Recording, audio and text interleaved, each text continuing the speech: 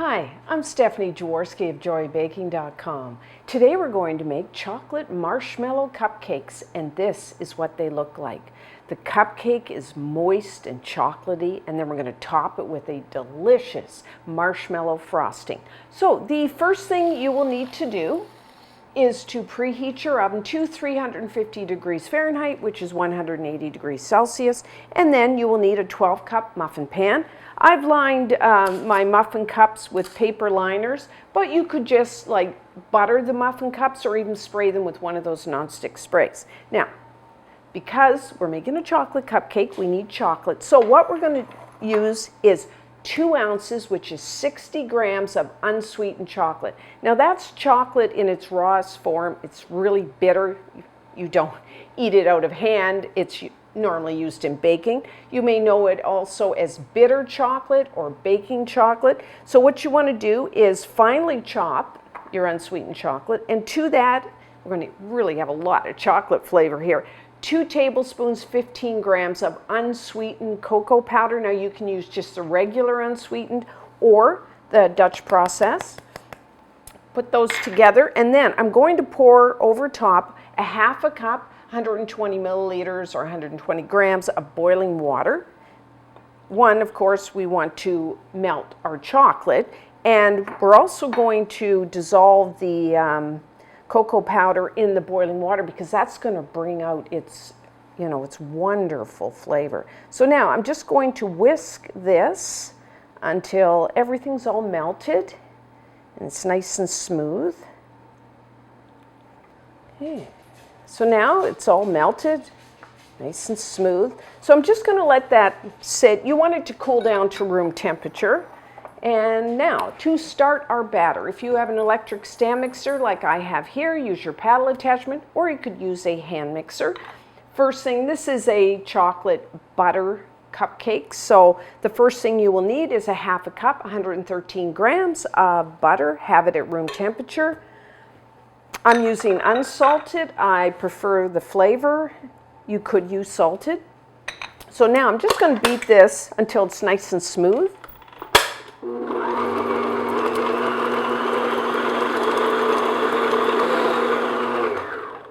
Okay, and as always, you scrape down the sides and the bottom of your bowl as much as you need to make sure everything gets well mixed together.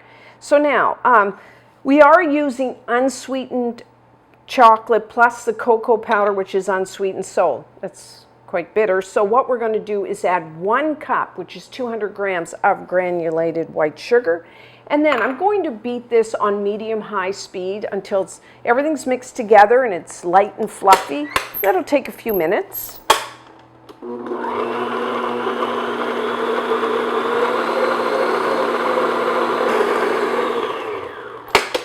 Okay, so I'll scrape down my bowl. So this is what you're looking for. It's kind of lightened in color. Got some air mixed in there that will help our cupcake to be nice and light in texture. So now what we're going to do is add 2 large eggs. Have your eggs at room temperature. I'm going to add 1 at a time. Beat that in and then beat the second one in, along with 1 teaspoon, 4 grams of pure vanilla extract. Try to use the pure vanilla extract, not the imitation ones. The pure has much better flavor. So beat that in.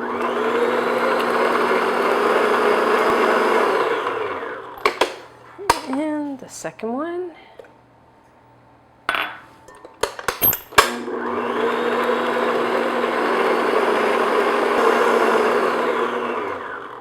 Okay, looks good. So now what we're going to do is add our melted chocolate and cocoa powder. Now you want to make sure the chocolate is not hot. It's kind of cooled down almost to room temperature. So I'm going to add that, because if it was hot, your batter would kind of melt, get liquid, which we don't want. So patience may be needed. Okay, so I'm just going to beat that in.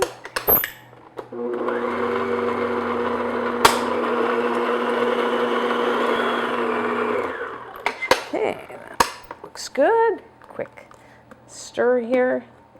Always make sure you scrape the bottom of your bowl. So now, for our dry ingredients, in a separate bowl, I have 1 cup plus 2 tablespoons, which is 150 grams of all-purpose flour. You may know that as plain flour. To that, I'm adding 1 teaspoon, 4 grams of baking powder, a half a teaspoon, 2 grams of baking soda, and a quarter of a teaspoon, 1 gram of salt. If you use salted butter, then I would just leave out that salt. And then I'm just going to whisk everything together. You could sift your dry ingredients. Important thing is we want to make sure everything is really mixed together. Now, besides our flour, you will also need a half a cup, 120 milliliters or 120 grams of milk. I'm using a whole milk, full fat. I want lots of richness in my chocolate cupcake. If all you had in the house was, say, a reduced fat, you could use that. I don't think I'd use a fat-free, because then that's just like water. So now, I'm going to add the flour in 3 additions and alternate that with the milk in 2. So add about 1/3 of your flour and mix that in slowly. You don't want that flour coming up.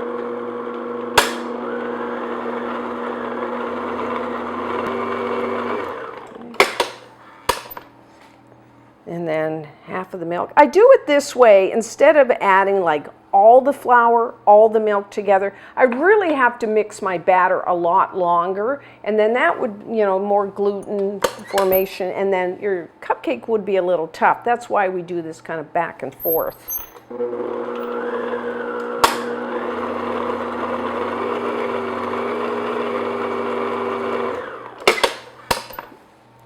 More.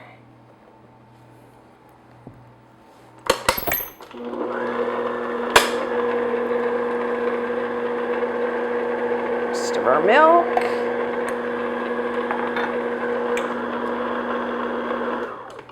I think I'm just going to give a quick stir here, make sure it gets mixed together.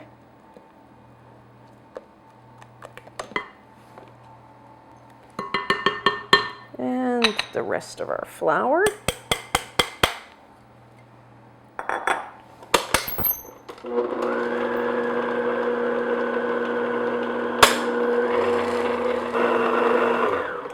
Okay, that looks good. So I do have a little flour still on the side, so I'm just going to take my spatula, kind of make sure. Isn't that gorgeous? So now this batter is actually enough for about 18 cupcakes. I do not have 2 cupcake pans, so what I'm going to do is bake 12, and then when they come out, I will use the pan to bake the rest.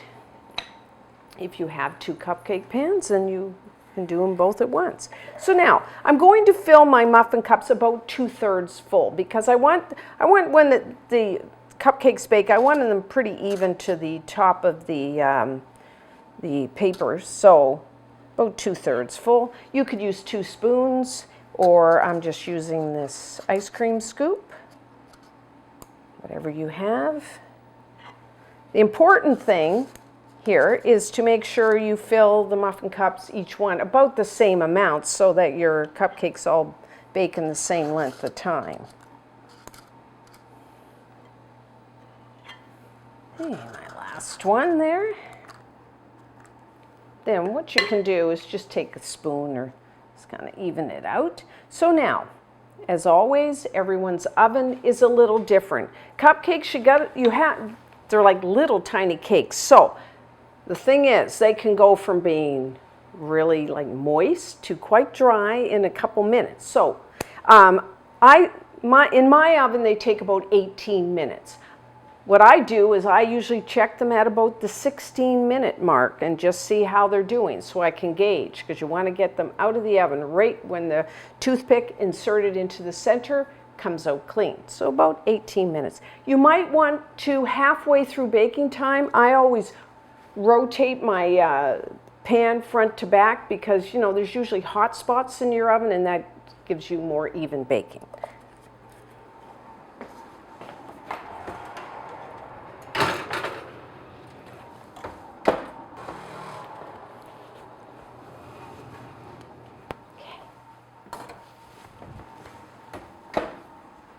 Okay, so our chocolate cupcakes are done.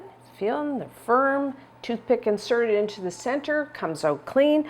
Put your pan on a wire rack. Now I'm going to let these cool 5 to 10 minutes because they're really hot and I want them to firm up because they're quite soft. And then what I'm going to do is just take an offset spatula, put them on the cooling rack, and then I can bake off the rest of my cupcakes. So I'm going to do that and then let these cool completely, and when we come back we will make our marshmallow frosting.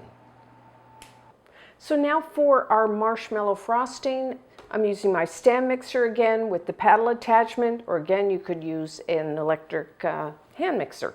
So you will need 1 cup, which is 225 grams of butter, again salted, unsalted, your choice. Have it at room temperature, and I'm just going to beat that until it gets nice and smooth.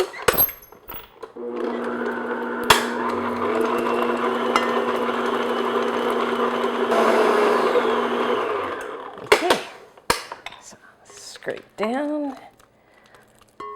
And next, it is marshmallow frosting. So what we're going to do, we're kind of cheating a little here. We're going to use 1 7-ounce container, which is 198 grams of marshmallow, call it marshmallow cream, marshmallow fluff, comes like this. And it is marshmallow. It is soft and thick and fluffy, and it's wonderful. It is made from a mixture of like dried egg whites, vanilla, and sugar syrup, corn syrup.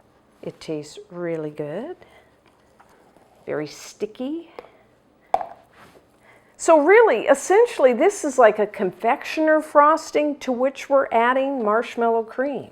So it makes it taste like marshmallow, gives it a really nice light and fluffy texture to our frosting.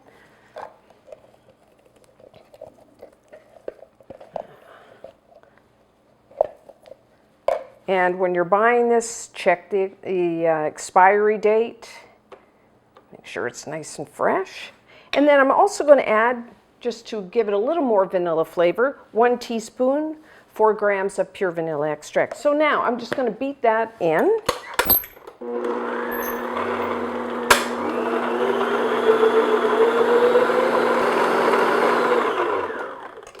Okay, it is sticky.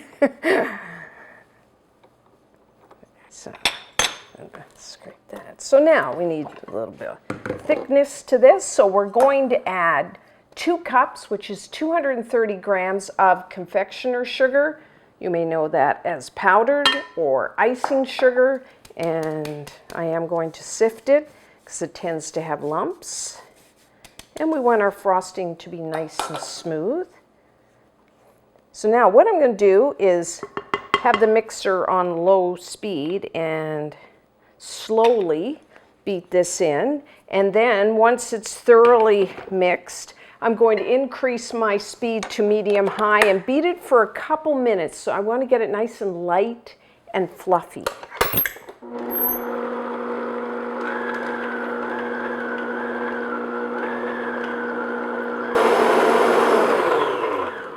Okay, so that looks good. I'll show you. Now at this point,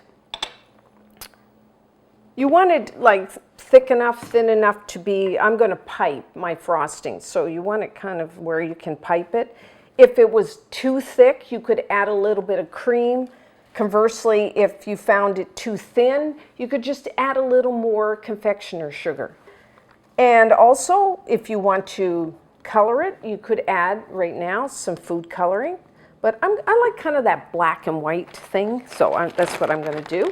Now, you don't have to pipe if you're doing it for the kids. You could just take a knife or a spatula and just quick swipe of frosting on there. But we're going to do it a little fancy today. So I've got a piping bag. I'm just using a disposable one. And I'm using a starred tip. This is a Wilton 1M. That's what I'm using. But you know what? You could use whatever type you want. So I put the tip in there, and then what I like to do is just twist my bag and then just stick a bit of that in there so that it doesn't come out the other end until I'm ready for it to come out that end. So I just fold down the top of my bag, open it up, and put some frosting. There's a lot of frosting here, so I'm only going to put some in. Spin that out of the way, and then, so what you want to do is push the frosting. If you have, like a spatula or something, you could use that. Make it nice and neat, and then I'm going to push it down. You want to open it up, try to get the air pockets out of there, because otherwise you won't get a smooth piping. So just press down. So you get all the frosting down to starts to come out. Then with one hand I twist it, and then I hold in this hand, and this hand I use as a guide.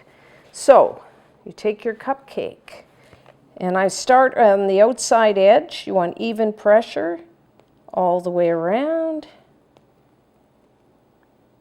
and up like that. Let's do one more. All the way around. And then stop the pressure, pull up. Let's do a few, because I'm going to show you a few different.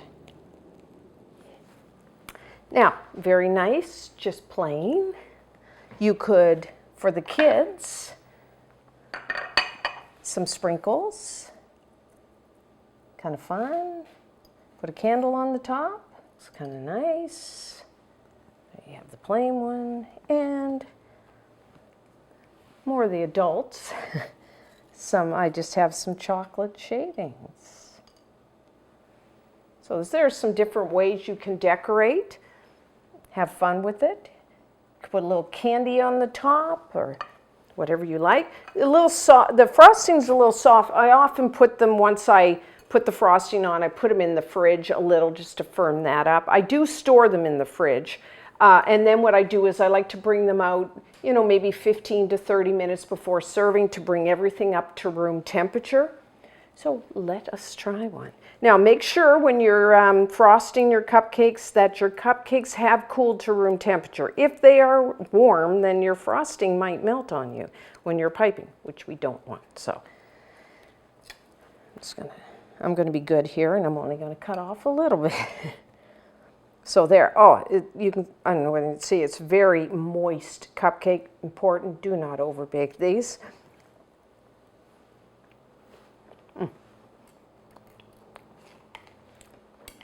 It is, you have that unsweetened chocolate plus the cocoa powder.